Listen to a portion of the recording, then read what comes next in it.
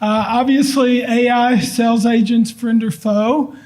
We can all agree that there's some really emotional elements that go into this, and this will be fun. So, Gray, you want to introduce yourself? Gray Scott, VP of Marketing for Ultimate Toys. Excellent. Hello, everyone. Joshua Utley, Service Manager with Earnhardt Chrysler Jeep Dodge Ram in Phoenix, Arizona. And he's representing, obviously. Somebody's put a dealer sticker on Better his believe it, chest man. there. True partnership.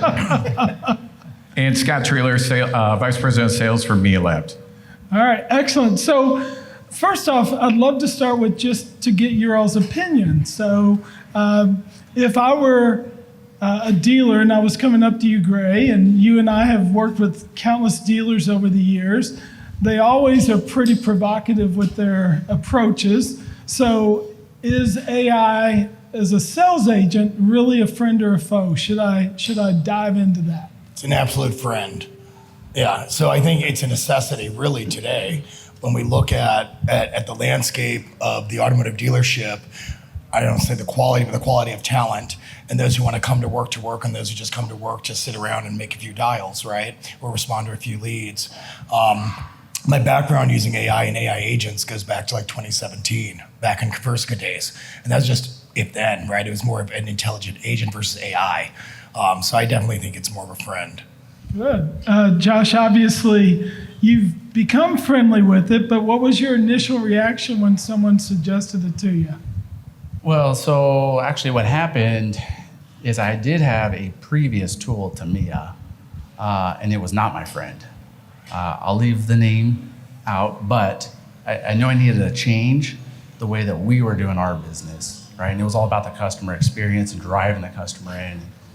24/7, if you want to buy a car, service a car, call on parts, I just needed to change that model. And Mia had everything that I needed, conversational AI that was really different that could help our customers, any time of day. And, it's vastly changed our store. It's a true friend. It's our best employee, actually. Minus me, of course. Good, I'm glad to hear that. So, Scott, obviously you're kind of like the Gillette razor blade guy. You like the idea, so you end up getting involved with the company. So let's go through the evolution of your friend or foe thought process. Yeah, so my position is really unique because I've been a dealer operator for 20 years. Yeah. So over a decade with Van Tile going into Berkshire Hathaway and then going into Sonic after that. And so I'm always that individual that's a why guy, always trying to figure out what's the next thing. How can we change the process, wake up and create another efficiency from the day before? I'm always willing to break the system to create a new outcome. And so making change or creating change or embracing change is something that's okay with me. What I have found, now that I can call myself on the vendor side in AI, running a business for a couple of years now with my partners, it's when people think friend or foe with AI, a lot of times it comes down to how much knowledge they have about AI. Do they understand the value of AI? And if they're on the outside of that and they don't truly understand the value of it or what it can do, they may not want to admit that they don't understand. And then it becomes a foe, because internally we want to not admit that we don't know something. And as car guys or car people, we're proud, we're confident.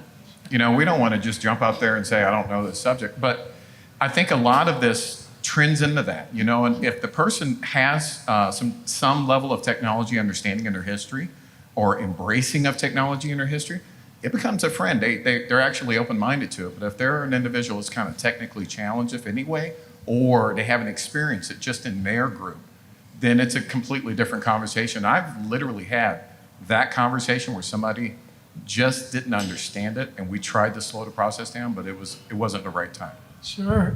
So in the year 2000, I served as a representative for the Cincinnati region on Ford's dealer council. And there's the regular council and the select dealer council. And Dwight Lloyd was the president of the select dealer council. And he had a Ford store in Itasca, Texas. And to tell the story, Dwight would say, I'm not one of those dealers, like you said, who just nods his head like he knows. He goes, I just go, huh? And then the more I say, the more they explain it to me. I would just be curious, Scott, how many dealers really should just say, and All of not them. be embarrassed? 100%. And we have to challenge ourselves to grow, right? We're leaders in our organizations. That's why we're here in this space right now. If you're going to be a leader, you have to challenge yourself to grow. You have to challenge yourself to go do better than the day before. And so we have internal processes inside of MIA where we're constantly evaluating, how do we do, how are we accomplishing our goals today? And what's this going to look like at scale? We got 100 dealers right now, but what's it going to look like at 300? As a leader in your organization, you always have to be willing to embrace what you don't know and just go after the information. I was not an AI technology individual. I literally cold called, as head of sales at Echo Park at the time, I cold called the University of Texas and asked the guy that was listed on the website as the president of AI. I'm like, okay, that's the guy. I asked him, what is this? How can this help me? I know there's something here and I want to figure it out. And that conversation led to this company. How interesting. So last week I was with a dealer friend of mine who's at the Village Automotive Group, which is near MIT in Boston. And they had a client come in and his company had paid him $1.7 billion to come back to work for him. He's an AI guru. And I forget which company, maybe it's Google, but it was pretty amazing. Great. Are we asking the right questions? What questions should we ask if we're a dealer considering AI? Yeah, there's a lot. So thinking back to when I first put it in, I think there's a lot of smoke and mirrors in our industry right now of AI providers that are out there. And one of the first things I always ask is the size of the company. How big are you? I also ask about the leadership and the executive team. I want to know who's around, what's their background, right? Are they going to be here in 2 years, 3 years, 5 years? Or are they a turn and burn, exit for 2 million, 3 million and go, right? That's horrifying. Because when we look at AI in the automotive space, when we look at our dealer groups, when we look at our dealership, it's not like changing a digad provider. This is your intelligence. It's your intelligence hub. So you need to make sure that whoever you're going to partner with from an AI perspective is going to be around for the longevity, and eventually on the roadmap needs to have some kind of machine learning to learn your operation and your processes and your workflows to maximize its effect. So I don't think that we ask the right questions. And one of them would be, like I said, how big are you? What's your executive team look like? Talk to me about your AI. How is it built? Is it a single layer? Is it a multi-layer? Right, a turkey sandwich is fantastic, but a club sandwich is so much more exciting and exhilarating, right? So do you have the turkey sandwich solution or do you have the club sandwich solution? And then as we start going into So I'm more a and more, vegetarian, so well, would you want a tomato sandwich or do you want a multi-veggie sandwich, David? So what do you want in the mix? And then really the last thing besides knowing and understanding the layers of the technology is making sure they have the right guardrails. What are the guardrails? What are the data sets that are feeding the AI that's going to respond to my customers, right? Is it broad? Is it narrow, right? And so most of the AI that you're going to encompass in automotive is going to be narrow scope within the auto sector. But from there, where do we focus? Perfect. So Josh, let's move to a practical state. So AI is kind of your employee, right? And unlike some employees come in with a bad attitude, you might have to counsel with them. AI, unless the electric's out, you're pretty much happy-go-lucky all the time. Or is it? And what's the feedback loop for you to improve your AI? Well, actually, even if the electric's out at our store, Mia's still answering, which is good. Yeah, so, I struggled with internally, like you said, right? Upset employee because somebody cut them off coming in, and that goes straight to the customer, or they're late, or they just don't want to work anymore, right? So Mia's really kind of bridged that what if gap, always on time, always happy, always has that smile. You can feel it through the phone when she calls. So it's been nice to hear her voice instead of upset employee voices, right? And we all have them. I'm sure everyone here has experienced that. The customer feedback has been phenomenal, right? And I was telling Scott earlier, I finally had my first upset customer with Mia. It took 6 months to get there. And he called in and he wasn't really upset at Mia. He was upset at the situation. And he just kind of took it out on Mia. And, we all take stuff personal, right, in automotive. I don't. Hopefully you guys don't. But our BDCs usually do, right? And they usually come back with like, oh, well, let me go get you a manager. Oh, I don't know the answer to that. And Mia just kind of kept a smooth, wow, it sounds like you're upset. And I'm here to help. How can I help you? You know, and it kind of blew my mind. You know, she's never upset, never gets angry or, you know, snaps back at a customer, which I think we've all dealt with, right? And she just doesn't have that. It's 24/7. She's on point. I will add that because we're not as a system, me or any other AA, most AA agents, but since we're not at the store, so we've had our store, the customer's power go out. I've had a store in Las Vegas and a store in Austin, power went out.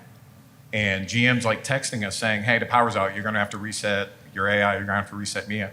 We're like, hey, check this out, Mia's not at your store, she's in the cloud, okay? And we saw a spike on our side where she was answering this amount of calls before, but in the last 10 minutes, she just started answering all your calls. And so don't worry about that. Get your power back on, get back operational, and don't worry about the calls that are coming in because we got your back on that. Yeah, we just had that at a sister store too. Not your store, but Rodeo. Yeah, one of the things I want to bring up to friend or foe, right, in the feedback loop is it's not perfect. Just like any of our employees, they're not perfect when we hire them. So when you bring on AI, it will have error. It will say and do things that you don't like. Sure. And it's very important to manage and monitor that, just like an employee. But the difference is with AI, once or twice, that's it. With a human, you got to continue the process and the training and the coaching. And so you have to invest the time into it, kind of like an employee, but then it becomes a set and forget to handle all of your needs. That's good. And that feedback is really important. Yeah, and so I'd love all three of y'all to kind of maybe take a crack at this. So I'm considering your product. I'm going to recommend it to, you know, one of my dealer clients. Everybody's trying to break it. So do you have any anecdotal stories of, you know, people saying, I tried to break it, I couldn't break it, or I tried to break it, I'm not even going to consider it because I tried this and I fooled it? Why do we as humans want to break something to prove it doesn't work? You know, because we want to be right. Let's start there. We want to be, you know, number one, or we want to be right. And there's something from the premise of that leads to those actions. I'll give you a couple, though. Early on, we had a guy call Mia, and honestly, recently, and just being honest, he was hitting on Mia. And she, you know, at the beginning when it first started, she was like, hey, can we keep the questions to business, not personal? And we were like, well, go girl, I see you. And she kept on staring him back, and then she eventually transferred the call. And back in April of 24, we realized we were turning a corner because most of the automated telephone agents are very horrible. I mean, they're just completely horrible experiences. Just think about every time you've said operator or representative and cut a system off and ejected yourself out of the call. You wanted somebody to understand you. Well, Mia said to this guy, I'm an AI agent, and you could talk to me like a human being, and I can understand you like a human being. And he said, in Texas, I doubt that. She goes, no, I'm as real as the deals you're going to get here at Vanguard Kia. He was like, oh, snap, you understand me. And she was like, I do. Can I help you in sales, service, or parts? By the end of that call, he was calling her ma'am. Oh, well, that's appropriate. Being in Kentucky, I understand that. So, Josh, obviously, internal audience is sitting there going, are you kidding me? You know, I don't want to be replaced by a robot. Let's deal with some of those human emotions. Yeah, kind of at first it was a scare for a lot of staff.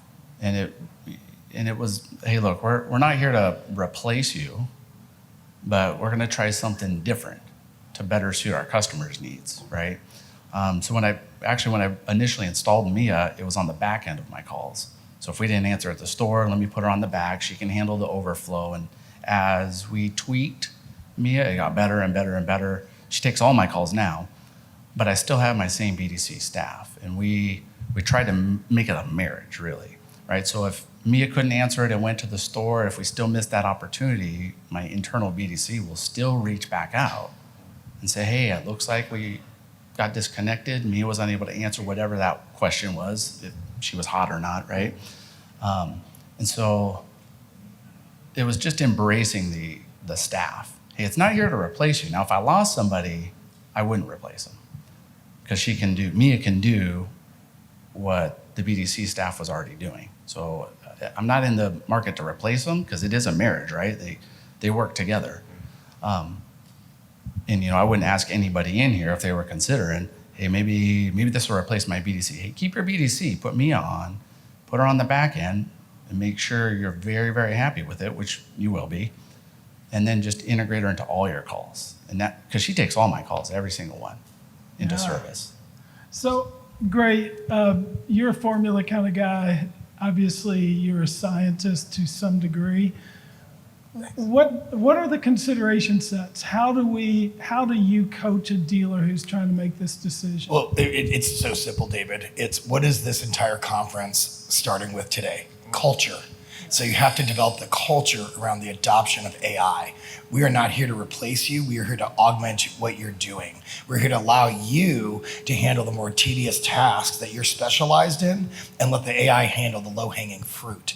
And when you sign up for the product, whether you get the team involved or not, what you need to do is on the backside, sign the agreement and then work with them and have the provider that you select to come into your store and build a culture. They make plenty of money. Have them throw a party. Have literally an AI culture party where you're going to celebrate little things, pizza, Chinese food, wings, whatever. But have them come in and build the culture around that we're going to put in this AI layer. This AI layer is not here to replace any of you. And I guarantee all of you, if you come to work, you're going to have a job. And leave it at that. And so when you build the culture around the addition of this AI layer, sales or service, all of a sudden the acceptance rate is much higher. You don't have BDC sabotage. You don't have management saying this is messing up. They're not trying to break the system. But when you backdoor it in and don't let anybody know until, oh, by the way, AI is going live tomorrow, you're no longer handling leads, you're going to do that, they panic and they freak out. So what I try and do is create the culture around the implementation and the launch to be a real positive event for the dealership, the teams, and everybody involved. And by default, those who don't come to work will get fired, and you just don't refill those positions. And but when you build that culture around the implementation of this, it's usually a up and to the right immediately. I'd like to add one thing to that because the culture aspect is phenomenal. I totally agree with everything you said. And there's a truism that we have to embrace as dealer operators. 4Eyes did a report here just a couple of months ago, and they said 43% of all leads are mishandled. That's huge. So even with fully staffed operations, we still achieve 43% mishandled leads. And we need tools like this. It's not that anybody's doing anything bad. It's that there's room for improvement in everything if we just are, open-minded enough to recognize that we can all improve. 43% of all leads being mishandled is massive. I've done the math, but it comes out to millions of leads a month as a market, as a national market. And that's part of the thought process, along with the culture, that you have to. But we know that on the backside. We don't want to tell them, hey, you guys suck. That's why we're putting this in. No. We know why we're putting it in. Yeah. Well, so let's talk about that because all the cars that we are selling have been produced in a factory that's probably very automated. Some of the workers are using exoskeletons, if you will, to go pick up fenders or bumpers and put on the car.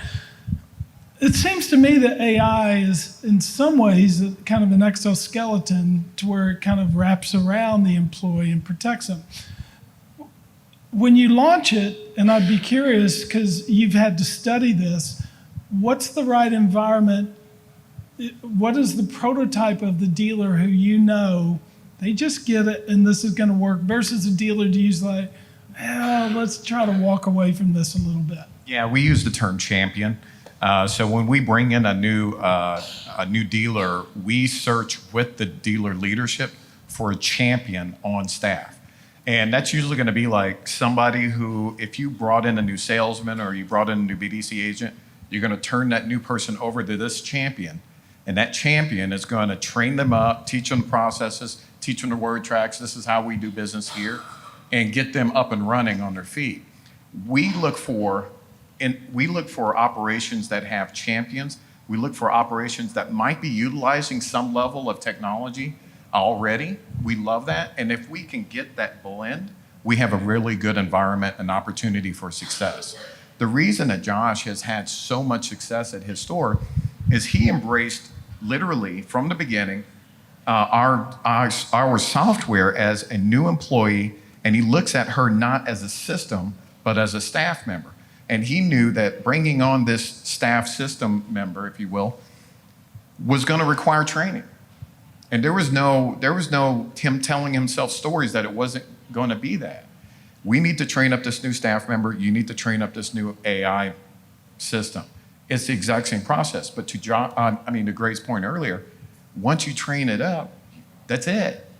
You just let it go. But that's the environment that we want to look for. Somebody who embraces technology and somebody who has a champion on staff, combination of those two is absolutely perfect environment. Good. So, Josh, let's talk about your bad experience that led to pulling back and then now re-embracing it. Share a little bit about what a bad experience might feel like from a dealer, and what can we learn from that? Yeah, so my initial launch with AI,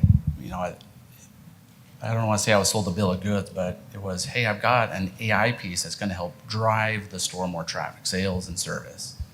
And when we put it in on the back end, it was an AI, but it was like a flow chart, and it didn't understand what was happening, right? So if she didn't know what was going on, it was a she would just send it to the store blind, right? And so I knew what I wanted. I just didn't know how to put it into words until, we met Mia. Mia's conversational, and Mia can have those conversations. Hey, what kind of vehicle are you looking for, John? Well, I'm looking, do you have a 2025 Ram 3500 in stock? I do. I actually have 5 of them in stock, and she can tell you the color and the miles. And if you want to quote pricing, she can do pricing, right? Where the previous one just would say, I have vehicles in stock. I will send you to the store. And it was a poor customer experience. And I didn't know what it was called until conversation came out. And then for the service side of it, it was a train wreck with the previous. I should have just turned it off. It was so bad. Yeah. So we've created these vendor 20 groups, and I'm moderating. We just launched our third one last Friday in Boston. And, I've never realized, so I've been dealer facing for a long time after 20 years in retail. And then, I've got this empathy for vendors who go in, but at the same time, Josh alluded to sold a bill of goods. What bill of goods do we need to avoid, Gray? What are we looking to step over? So as you were saying that, it kind of brought me back to the initial question, what are the questions to ask? And one of the biggest questions you can ask any of the AI providers today is, how flexible are you? Yeah. How customizable are you? Yeah. How much input can I put in? It's any of the systems out there. This is universal. And if they want to stay within certain parameters, they're lacking flexibility, they don't have a knowledge bank that you can enter information into, holding the values of your dealership, that's kind of where I would look. Yeah, so interesting enough, Scott, when you go back to your dealer experience and what you're doing, we all learn that simple phraseology, understand how you feel, I felt the same way, and I found. Are you finding yourself using verbiage like that when you're talking to some of your former peer group and trying to get them to consider this? No, I don't use verbiage like that per se. What is really a good connection opportunity with dealers? I come out front in the conversation, let them know I'm not a tech guy. I'm just letting you know right now, I'm not a tech guy. I'm a dealer operator. I give my history, and you could see actually the pressure come down. It's like, oh wow, this guy's one of us. He gets me. I'm like, hey, I'm not from San Francisco. I'm not from Silicon Valley. I don't even have a college degree on the wall, just being straight up with you. I started selling cars, and I worked my way up to the top seat in the dealership, and that's all I know. I can sell cars. I can run anything on the front end and back end of a dealership, but I just had a heart for growth. And so I believe you also have that same heart, and that's why you're in a conversation with me. And I think because of that little connectivity right there, we can put something together here, create a partnership here. I want to show you what we're doing. And all I did was tell these really smart guys all our problems in the dealership. I aired out all our dirty laundry. If we could solve all these problems right here, and we do it in a system, and we make it really engaging, every dealer out there in America would see value in it. And so we just set out on that journey right there. Good. So my AI is kicked in. I noticed you got your mic in speak position. Something is on your mind. The conversation that we're having, the flexibility, everything you're saying here, what are the use cases?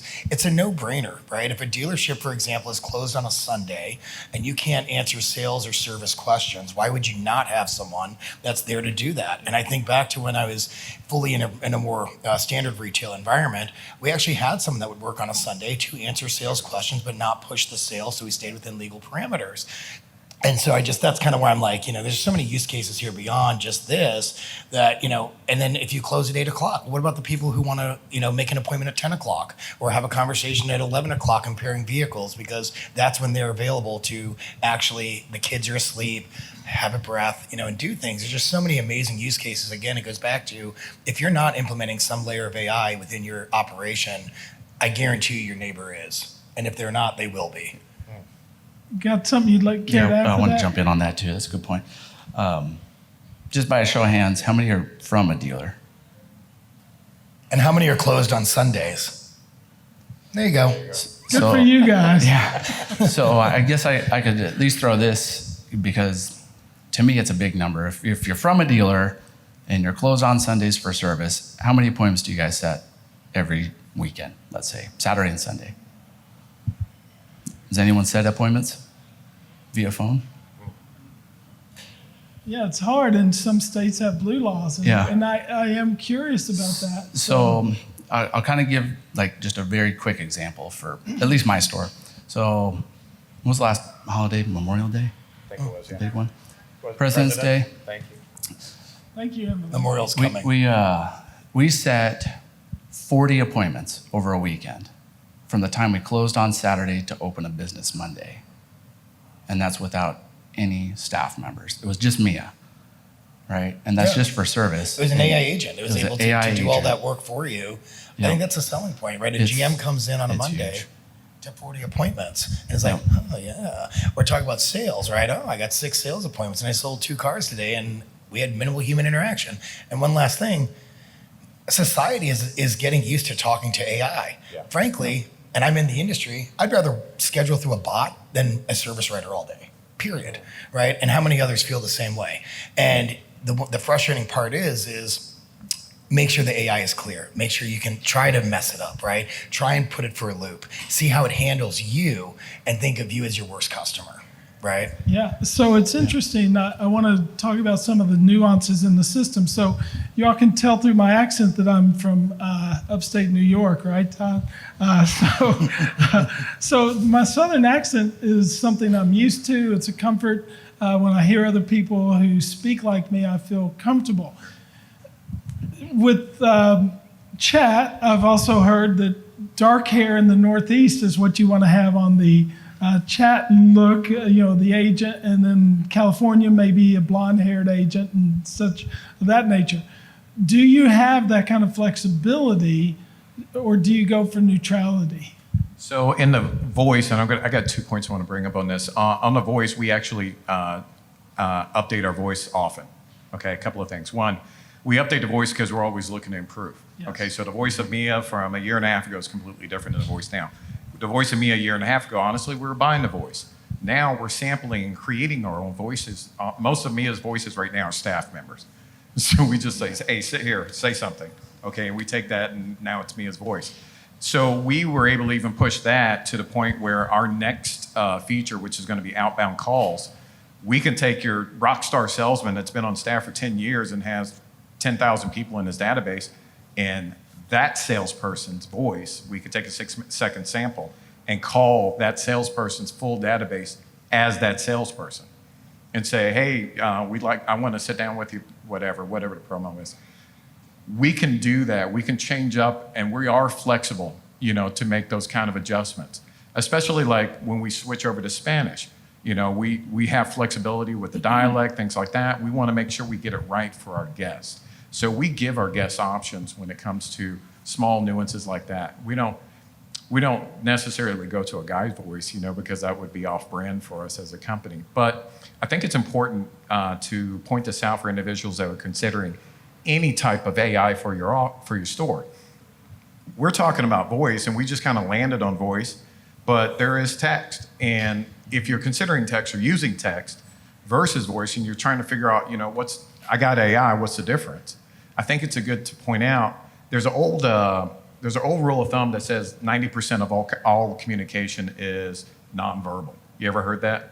And if you read that, if you Google that in a sec, it'll give you the weights of communication. It'll literally say now 7% is verbal and 38% is tone.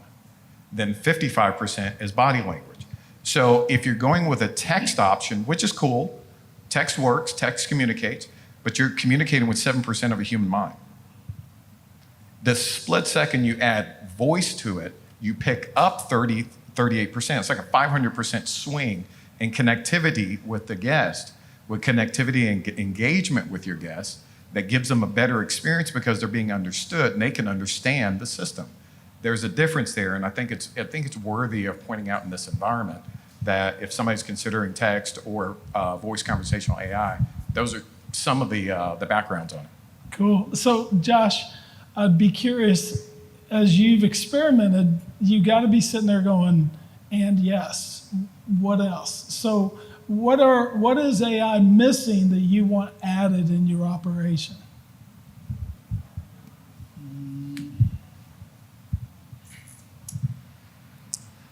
I wanted to record my outbound calls. That's the only thing I'm missing. Because it's going to do outbound texting. It's already doing, those missed opportunities at the store. If we miss a call, Mia texts them right back. It records all my inbound. It does outbound campaigning. It does the voice where I can plug in a staff member and it can have that voice out. The only thing that it's missing is for me to record any internal outbound. Then I can get rid of other products, because it's doing my texting, it's doing my inbound calls, it does my outbound calls. It just doesn't record my outbound. If I could have that, I could get rid of a bunch of, it's a one product, I love that. So great. Thinking of the future, and I know you've been exposed to a lot, there was a company called Balto AI, and every week and next week I'll be teaching telephone skills, and a study done by Marchek said that if you use a script, you're 2 times more likely to set an appointment. Balto used to, they'd listen to the call and then it would give live feedback. You're talking too much. They're asking about this. They're not happy. Suggest this. Are we close to that? It's here. There are providers out there that are analyzing our calls, that are listening to every phone call and providing a summary to the operation. At Ultimate Toys. Post call. Post call, correct. So I'll give an example. How do we get in call? The inbound call? Or in call. In the call, because Scott, as a sales manager, listened to my call and he would say, he'd write something down and I'd say it, or he'd say, give me the call. Okay, so automotive is still way behind the 8 ball when it comes to a lot of technology. Yeah. And so we are not there yet in automotive, in call, to get the AI summaries. And when that happens, it'll be amazing. Yeah. This system wouldn't work for a dealership, but at Ultimate Toys, we use a phone system called AirCall. It's an enterprise solution, and AirCall actually does that. While our sales guys are on the phone, it actually is listening to the call and providing active feedback. You have to pay for it, obviously, but they do have that, and it does exist, and it is badass. It's really cool from a sales manager's perspective to the salesperson's perspective, but we don't have that yet in mainstream auto. Yeah. It's really exciting, David, when you get to see it like that, like on call, like, hey, price objection, try asking this, and it's able to pop up on the screen. It's kind of game changing. I think we're ready for that. So, ladies and gentlemen, thank you all so much for being with us. I think we've hit our time. We're going to have them up here for questions if you want to come up and ask. But if you would, please thank our esteemed panelists. Thank you, guys. And if you're curious about Mia, it's just to the left as you exit the room. So you can go see our friend Emily and Scott. Thanks, sir. Thanks, David. That's great.